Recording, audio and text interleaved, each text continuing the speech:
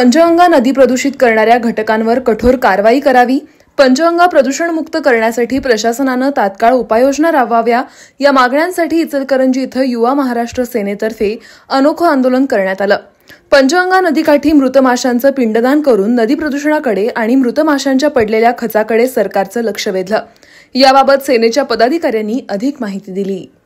प्रदूषणामुळे अनेक हजारो मासे मेलेले आहेत आणि हजारो मासे या ठिकाणी मृत झाल्यानंतर प्रदूषण विभागानं त्याकडे फक्त नोटीस देण्या एवढंच काम दरवेळी सारखं केलं जातंय।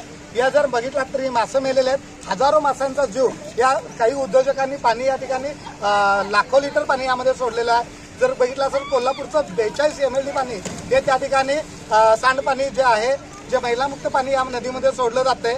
42 MLD म्हणजे 10 लाख लिटर म्हणजे 42 MLD म्हणजे 4 कोटी 20 लाख असं जर बघितलं असं तर कोट्यावधी लिटर पाणी याच्यामध्ये रोज मिसळते। अशा वेळी प्रदूषण महामंडळ त्याकडे कानडोळा करतंय। जे उद्योजक आहेत ते थेट पाणी यामध्ये रसायनयुक्त पाणी केमिकलयुक्त पाणी यामध्ये सोडतात आणि त्यामध्ये या ज्या मुख्य जलचर प्राण्यांचा जीव जातोय याला जबाबदार कोण?